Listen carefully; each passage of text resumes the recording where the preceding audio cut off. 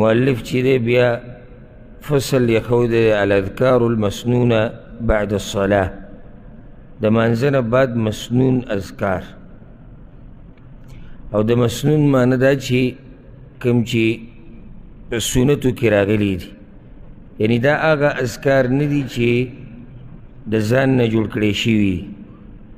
نه دا د بزرګانو نه بې دلیله رانقل شوي، او نه دا د تجربو خبرې دي. دا هغه اذکار دي چې دا د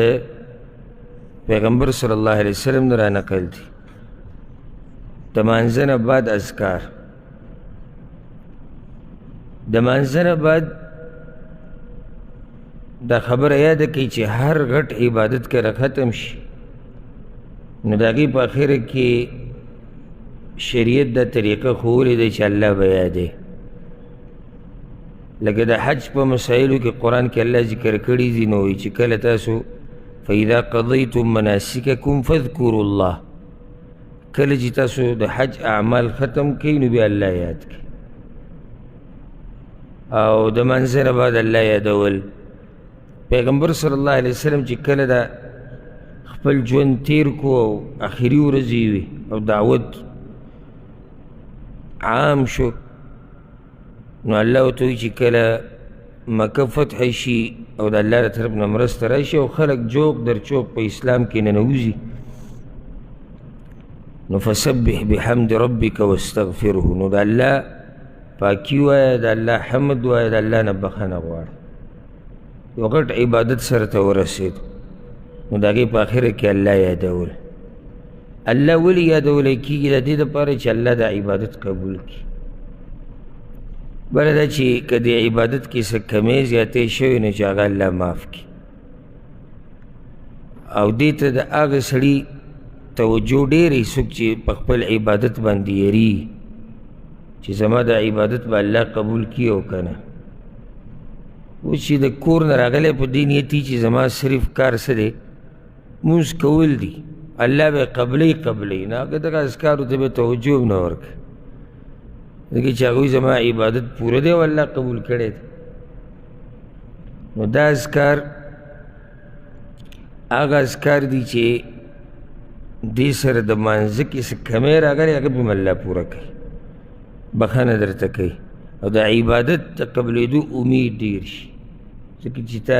هغه عبادت نه بعد بیا د الله را یاد کړو او الله ته دې عاجزي وکړه. د الله یادول دا الله ته عاجزي کول دي.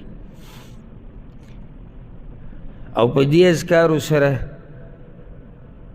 رب العالمین د بندې حفاظت کوي. دا نن سبا چې دا اکثر دا خلک په وظیفو پسې ګرځي، او څوک وایي ژوند مې تنګ دی، او څوک وایي لنډ دی، او څوک وایي جادو دی، او څوک وایي بد نظر دی، بیماریانې او غمونه. نو یو غټه خبره چې د هغې دله څه موږ خراب شوي هغه ده چې د مانځه نه بعد موږ اذکار نه کوو. مانځه نه بعد د دې اذکارو اهتمام موږ نه کوو، دا حقیقت دی. او که کوي یو دوه درې دي چې په هغې زموږ ژبه هسې عادت شوې ده، هغې ته زموږ توجه نه. ګوره ذکر ویل په دوه قسمه، یو په ژبه باندې عادت شوی، یعنی نه دی په معنی پوهېږي، نه ورته پته شته چې زه څه وایم، خو دې ټیم کې دا ویل پکار دي. یو هغه ذکر چې انسان ورته توجه وي چې زه څه وایم، دې دواړو کې فرق دی. نو موږ هغه یو څه ووایو، لکه مثال کې استغفر الله استغفر الله ومن انت السلام ومنک السلام تبارک ته بس مخ له لاسونه راوځو رځه وځه که وایو به کې هم دغه یو ذکر دوه دي، هغې ته هم توجه نه، ځکه چې دا یو عادتي یې ګرځېدلی چې دی کله دی ووایي السلام علیکم ورحمة الله یو په ژبه یې دا راشي، نه یې د معنې نه ځان خبروي، نه ورته توجه ساتي. په دغه ټیم کې هم سوچ دی چې اوس دا ذکر زه ووایم چې بس یو منډه ووایم او یا ډایرکټ سنتو ته ودرېږم. نو موږ غافل یو د دې اذکارو،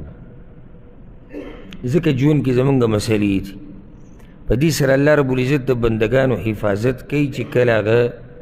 اذکار 15 وخته وایي، چې بیا ورسره د سحر ماښام اذکار وایي.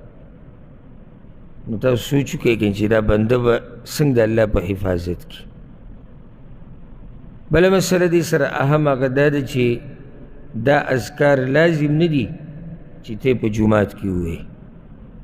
اوس سړي مونځ ختم که ووتو بهر ته، بهر هم ویلی شي، په لاره هم ویلی شي، کور کې هم ویلی شي، په جومات کې ویل په دې غوره دي چې سړي توجه په هغه ټیم برابري. او دا جومات داسې ځای دی چې دلته یو ایماني او روحاني یو فضا جوړه شوي چې بای کې سړي له دا ذکر او اذکار او د تلاوتونه او د منځونو دعاګانې سړي له مزه ورکوي. نو غوره په دې دی. نور دا نه چې دا لازم به ته په جومات کې وایي. یو سړی د هغه کار دی، مونځ چې وکړي هسې دومره ټیم نشته چې هغه کښېني او اذکار ووایي، هغه دې په لاره وایي، هغه دې دوکان کې وایي، هغه دې په کور کې وایي، هېڅ خبره نه ده. بله مسله دلته دا ده چې اذکار الله یادول چې کله هم د دې ځای خاص کېږي چې یعنې د فلاني کار نه بعد به داسې وی، یا عادت خاص کېږي شمار چې دومره پیرې به وی، دې باندې به دلیل پکاري. بیا یو خو عام ذکر دی الله یادول، هر ټیم چې دی الله یاد کو، چې څومره دی یاد کو، په دې تا نه څوک دلیل نه غواړي، ځکه چې الله عام قرآن کې ویلي دي چې ما یاد کوي او ښه ډېر مې یاد کوي. ماښام یې یادوه، مازدیګر یې یادوه، سهار یې یادوه، د شپې یې یادوه، چې څومره یادې یادوه. خو چې کله دې ما ته ووایي چې د پلاني کار نه بعد به دا ذکر وی او دومره پیرې به وی او په دې طریقې سره به وی، بیا به نه زه دلیل غواړم، ځکه چې دلته ته کیفیت هم خاص کې، مکان هم خاص کې او زمان هم خاص کې. یعنې زمانه دې راته موښوه، کیفیت دې راته موښو او ځای دې راته موښو. نو د دې دپاره اوس څه پکار دی؟ دلیل پکار دی. مانځه نه بعد چې کوم اذکار دي هغه اذکار به ویلی کېږي چې کله ته داسې وایي چې مانځه نه بعد اذکار به چې کوم په شریعت کې راغلی دي. عام ځان له اذکار وایي، خو هغې کې تاسو څوک جګړه نه کوي، نه څوک اختلاف کوي په هغې کې. مانځه نه بعد اذکار کم یو به وی، نو بیا به پیغمبر صلی الله علیه وسلم ته واپس کېږي.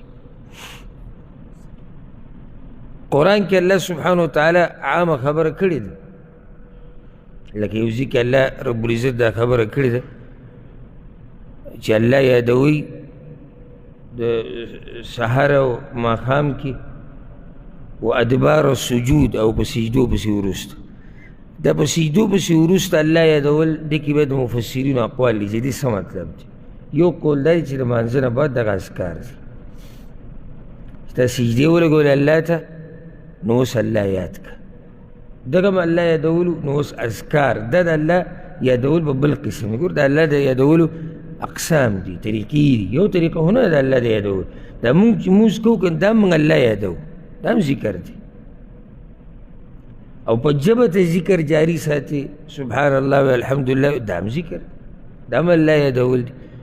اصل کې د بنده د دینداري او عبادت دا ټول د الله ذکر دی، الله یادول دي. څه چې موږ کوو الله یادول، لکه دلته اوس موږ د راجمع کېدل او د درس ته کېناسته او زما د بیانول، دا موږ الله یادوو، ځکه چې هغه الله دپاره ناست شو او د هغه دین زده کوو او د هغه خبره کوو، د هغه د پیغمبر خبره کوو، هم الله یادو که. نو دا هم د الله یادول دي. اولنی ذکر یې راوړی دی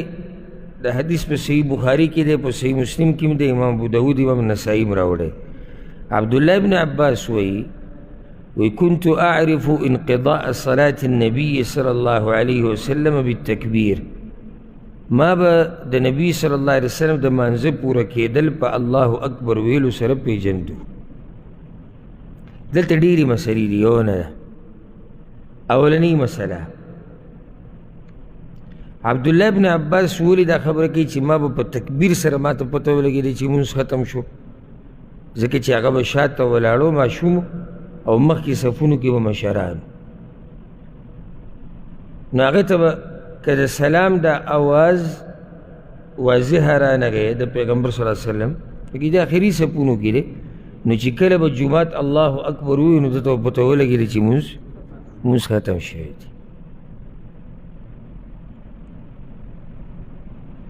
مسله دلته هغه دا ده چې د مانځه نه بعد به الله اکبر وی که استغفر الله به دا برته انشاءالله پر دویم حدیث کې واضح کوو ځکه دویم حدیث وو به خبره پوره خو ګوره دلته دا نه دي ویلي چې د پیغمبر صلی الله علیه وسلم د مانځه نه فارغه کېدل به ما په دې پېژندو چې په کوپړۍ به یې لاس کېښو په تندي او یا حیو یا حیو به وي یا بل قیوم یا قیوم دا به دی ونه وي دا ذکر د زموږ په دې معاشره کې عام شوی دی او بعض حضرات بې علمه حضرات یې خلکو ته ښیي چې په تندي به لاس کېدی او بیا په یې کې بعض یا حی وي او بعض کسې بل څه وي یا قوي ربي زدني علما لکه اختلاف پکې دی بیا د هغوی پکې هم اختلاف دی چې کوم ذکر دی دا بې دلیله دی دا بې دلیله دی وی الله یادو نو د پیغمبر څه یاد کړي دي دوه طریقې دي مقصد الله یادې تم د خپلو بزرګانو په طریقه بل طرف ته الله یادول دي د پیغمبر په طریقه فرق دی دی کې او چې څوک په دې نه پوهېږي نو دی بیا څه ووایم لکه اوس څه هم کېدای شي خفه شي یعنې د پیغمبر طریقه پرېږده ما ته جي دا پلاني ویلي دي نه د پیغمبر نه هم اذکار را نقل دي که د ځان نه اذکارو ته پکې ضرورت نشته الحمدلله وی دې سره جي ذهن تیزېږي زه هم دې سره ذهن کمزوری کېږي زه کله چې ذهن تیز شي نو هغه د الله او د الله د پیغمبر خبره اوري او ذهن چې کله ګډوډ شي نو دی بیا په تاویلو ماویلو کې پروت وي په دې دلیل نشته صرف ما د یو صاحب او د هغه هم نوم نالم ډېر مشهور مولا د دغه انډیا او پاکستان او په دغه علاقو باندې پخوا تېر شوی دی هغه دا خبره کړې ده او دی ویلي و چې دا زما تجربه ده چې څوک داسې وکړي دا کار کېږي ګوره په دې کې حرج نشته که یو عالم خپله تجربه ذکر کړي خو تجربه په هغه ځایونو کې چې هلته څه اذکار نه دي راغلي لکه مثال اوس داسې لکه یو سړی دا وایي چېرې زما تجربه دا ده چې څوک آیت الکرسي لس پیرې ووایي د پلاني بیمارۍ دپاره نو انشاءالله الله وله شفا ورکوي وایي تجربه ده په خپله وایي تجربه ده داسې نه وایي چې دا د شریعت مسله ده نو دې کې څه حرج نشته څه حرج پکې شته نه هیڅ نشته تا ته وایي لس پیرې د آیت الکرسي قرآن دی او قرآن ویلو سره دمول د شریعت نه ثابت دي خو هغه تا ته خپله تجربه وایي چې لس پیرې داسې وکړي نو دا کېږي یعنې ما سره شوي دي څو پیرې صحیح ده هېڅ خبره نه خو زما تجربه دا چې مانځه نه بعد دا نه داسې کې تجربه خپله لرې که موږ سره د پیغمبر صلی الله علیه وسلم طرف نه اذکار دي او که بالفرض ته چا ته نسخه ښیې د دماغو د تیزېدو نو خو بل ټایم کې دې ووایي که نه ته ورته داسې ووایه چې د دماغو د تیزېدو ما دا تجربه کړې ده چې څوک دا ذکر وایي دا ذکر وایي دا ذکر وایي دا کار کېږي